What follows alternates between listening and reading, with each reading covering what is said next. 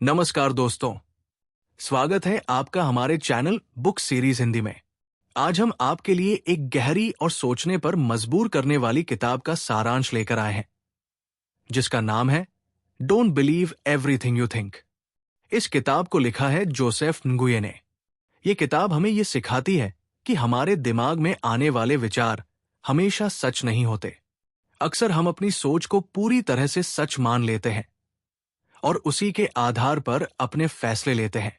लेकिन क्या होता है जब वो विचार गलत होते हैं? इस किताब में जोसेफ nguyen ने यह बताया है कि हम अपनी नकारात्मक सोच को कैसे पहचान सकते हैं और कैसे अपनी मानसिक स्थिति को सुधार सकते हैं। कहानी की शुरुआत। अमित एक होशियार और मेहनती लड़का था, लेकिन उसकी एक समस्या थी। वो अक्सर अपनी सोच को सच मान लेता था।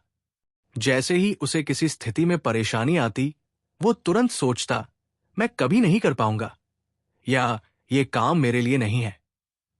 हर छोटी सी मुश्किल को वो अपनी कमी मानता और इस तरह उसकी आत्मविश्वास की कमी बढ़ती जाती। उसका मन उसे हमेशा नकारात्मक विचारों से घेर लेता। एक दिन उसने एक किताब पढ़ने का निर्णय लिया, don't believe everything you think. ये किताब उसे उसकी सोच को एक नई दिशा देने वाली थी। सिद्धांत 1, आपकी सोच सिर्फ विचार है, सच्चाई नहीं।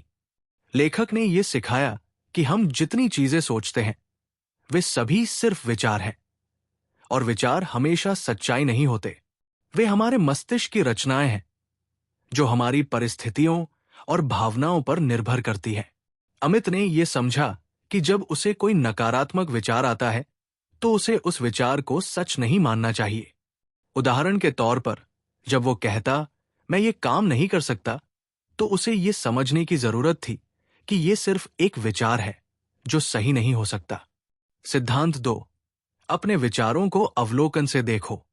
अमित ने यह सीखा कि उसे अपने विचारों पर प्रतिक्रिया नहीं करनी चाहिए, बल्कि उन्हें सिर्फ देखना चाहिए।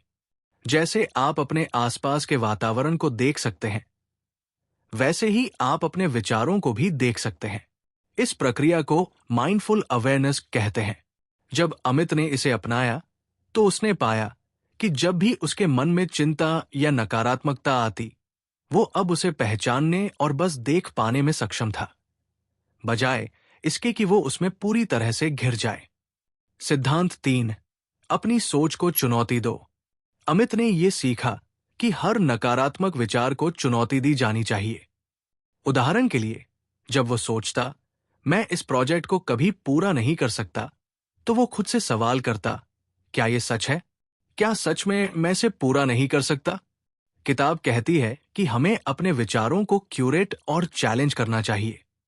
हर विचार को बिना जांचे परखे मान लेना हमारी मानसिकता को सीमित कर देता है। सिद्धांत 4, सोच और भावनाओं के बीच अंतर समझो। अमित ने यह सीखा कि हमारे विचार और हमारी भावनाएं दो अलग अलग चीजें हैं। एक विचार हमारे दिमाग में उत्पन्न होता है, जबकि हमारी भावनाएं हमारे शरीर में महसूस होती है। जब वो नकारात्मक विचार सोचता तो उसकी भावनाएं भी नकारात्मक हो जाती थी, घबराहट, डर और तनाव। अब जब उसे कोई नकारात्मक विचार आता तो वो उसे समझता था कि ये केवल एक विचार है, और वह अपनी भावनाओं को उससे अलग करके देखता था। सिद्धांत 5, सिर्फ सोचने से कुछ नहीं होगा, एक्शन की ताकत।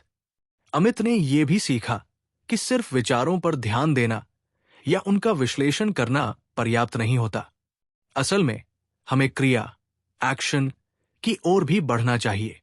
जब हमें किसी काम में डर या चिंता महसूस हो, तो हमें उस विचार से न घबराते हुए, उसे चुनौती देते हुए उस काम की दिशा में कदम बढ़ाना चाहिए। यह सिद्धांत अमित के लिए बेहद प्रभावशाली था।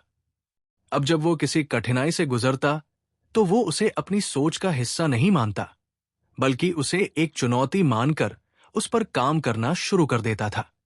सिद्धांत 6, नकारात्मक विचारों को दूर रखने के तरीके।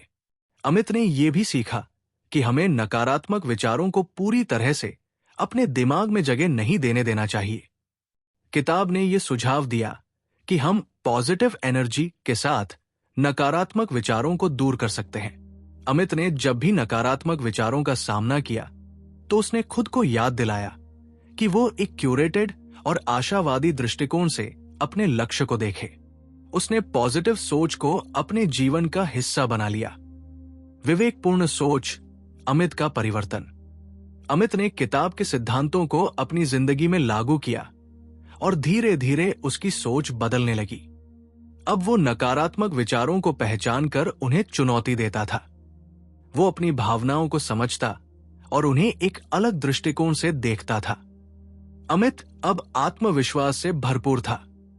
वो जानता था कि उसके विचार उसकी सच्चाई नहीं होते और अब वो अपनी सोच को दिशा देने में सक्षम था। Don't believe everything you think ने हमें यह सिखाया कि हमारी सोच हमें नियंत्रित नहीं करती, बल्कि हम अपनी सोच को नियंत्रित कर सकते हैं। नकारात्मक विचारों को चुनौती देना और उन्हें एक नया दृष्टिकोण देना हमें अपने जीवन में बदलाव लाने का अवसर देता है। अगर आपको यह सारांश पसंद आया हो तो इसे शेयर करें और हमारे चैनल को सब्सक्राइब करें। अगली बार फिर मिलेंगे एक और नई किताब के साथ। धन्यवाद।